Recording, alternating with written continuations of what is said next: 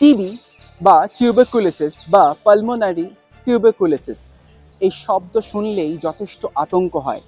যক্ষ্মা বেশ কিছু দেশেই রয়েছে যেখানে যক্ষ্মার সংখ্যা বেশ খানিকটা, এবং তাদের জন্যই ওয়ার্ল্ড হেলথ অর্গানাইজেশন একটি ভ্যাকসিনের কথা বলছে। তারা চায় এই ভ্যাকসিন যেন সেই ধরনের দেশে যেখানে যক্ষ্মার সংখ্যা যথেষ্ট বেশি সেখানে পৌঁছে যায়, যাতে কিশোর বা কিশোরী বা যারা প্রাপ্তবয়স্ক তাদের মধ্যে এই যক্ষ্মার সংখ্যা বা মারণ ক্ষমতা কমানো যায়। মূলত মারণ ক্ষমতা কমানোর জন্য কিন্তু উদ্যোগী ওয়ার্ল্ড হেলথ অর্গানাইজেশন। যক্ষ্মা বা টিবি যে রোগীরা রয়েছে তাদের কাছে এই ধরনের ভ্যাকসিন পৌঁছে দেওয়ার জন্য প্রয়োজন ফিনান্সার, অর্থাৎ টাকা যারা দেন সেরকম লোকজনের। এবং ওয়ার্ল্ড হেলথ অর্গানাইজেশনের যে G20 হেলথ মিনিস্টার সামিট হয়েছে সেখানে সেরকম ধরনেরই কিন্তু কথা উঠে এসেছে। অর্থাৎ ওয়ার্ল্ড হেলথ অর্গানাইজেশন বলছে ভারতবর্ষ সহ যে সমস্ত G20 দেশ রয়েছে সেখানে যেন এরকম এই ভ্যাকসিন যাতে মানুষের কাছে পৌঁছে দেওয়া যায়, এবং এই যে টিবি বা টিউবারকুলোসিসের যে মারণ শক্তি তাকে যাতে কমানো যায় সেরকম ধরনের উদ্যোগী কিন্তু ওয়ার্ল্ড হেলথ অর্গানাইজেশন। যে টিবি ভ্যাকসিনস নিয়ে আমাদের ওয়ার্ল্ড হেলথ অর্গানাইজেশন একটা চিন্তাভাবনা করছে এবং অলরেডি সেটা ট্রায়াল শুরু হয়ে গেছে।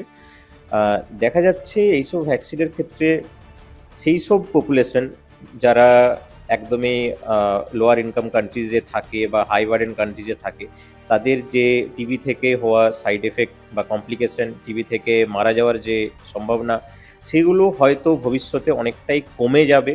আরেকটা জিনিস, যে অলরেডি যে ভ্যাকসিনটা ছিল, যেটা বিসিজি ভ্যাকসিন আমরা ছোটোবেলায় সবাই নিয়েছি, সেই ভ্যাকসিন কতটা এফেক্টিভ সেটা দেখা গেছে যে টিবির যে সিরিয়াস সাইড এফেক্ট সেগুলো থেকে কিছুটা কমে থাকে, কিন্তু এটা পুরোপুরি প্রোটেকশন দিতে পারে না এবং আপ টু 20-25 ইয়ার্স পর্যন্ত প্রোটেকশন দেয়। তারপরে কিন্তু এটা সেরকমভাবে প্রোটেকশন দেয় না, এবং প্রোটেকশনটা খুব ভেরিয়েবল, লাইক 0 থেকে 50%, 60%, কোনো পেশেন্টের প্রোটেকশন দিচ্ছে, কোনো পেশেন্টের দিচ্ছে না। তাই একটা রিপিটেড ভ্যাকসিন, মানে আরেকটা একটা অ্যাডাল্ট হয়ে যাওয়ার পরে একটা এল্ডারলি এজ গ্রুপে যদি ভ্যাকসিনটা দিয়ে দেওয়া যায়, সেক্ষেত্রে হয়তো ভবিষ্যতে দেখা যাবে যে টিবি রোগ থেকে যে সমস্ত প্রবলেমগুলো হচ্ছে, টিবির যে বার্ডেন টোটাল, মানে মানুষ মারা যাচ্ছে, সেখান থেকে সিরিয়াস সাইড এফেক্টস হচ্ছে, কমপ্লিকেশন হচ্ছে, সেগুলো অনেকটা কমে থাকে।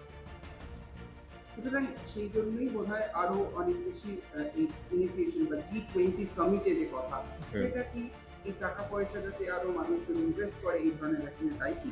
হ্যাঁ, G20 সামিটে যে কথা হয়েছে, বাকি যে সমস্ত দেশগুলো এটাতে ইনভলভ আছে, এটা যদি ঠিকঠাক করে ফান্ডিং হয়, ঠিকঠাক করে টিবি ভ্যাকসিন পাওয়া যায়, প্রকিউরমেন্ট হয়, তো আমার মনে হয় এটার জন্য আমাদের ওয়ার্ল্ড হেলথ অর্গানাইজেশন এবং সমস্ত G20 যে সরকার, সেগুলো ঠিকঠাক করে ব্যবস্থা নিলে এটা ভবিষ্যতে অনেকের জন্যই ভালো লাগবে। প্রমিত বন্দ্যোপাধ্যায়ের রিপোর্ট, কলকাতা টিভি।